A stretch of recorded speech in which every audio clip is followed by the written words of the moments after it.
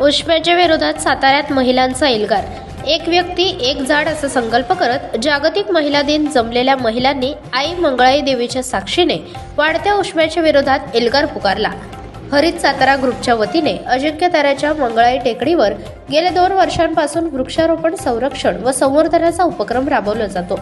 त्याचाच एक भाग म्हणून आज जागतिक महिला दिनानिमित्त टेकडीवरील झाडांना पाणी घालून श्रमदान करण्यात आले। पत्रकार प्रगती पाटील यांनी कार्यक्रमाचे संयोजन केले। प्रसिद्ध निवेदिका चित्रा भिसे यांनी कार्यक्रमाचे सूत्रसंचालन केले। अवॉर्ड संस्थेच्या संचालिका सौ नीलिमा कदम यांनी आभार मानले।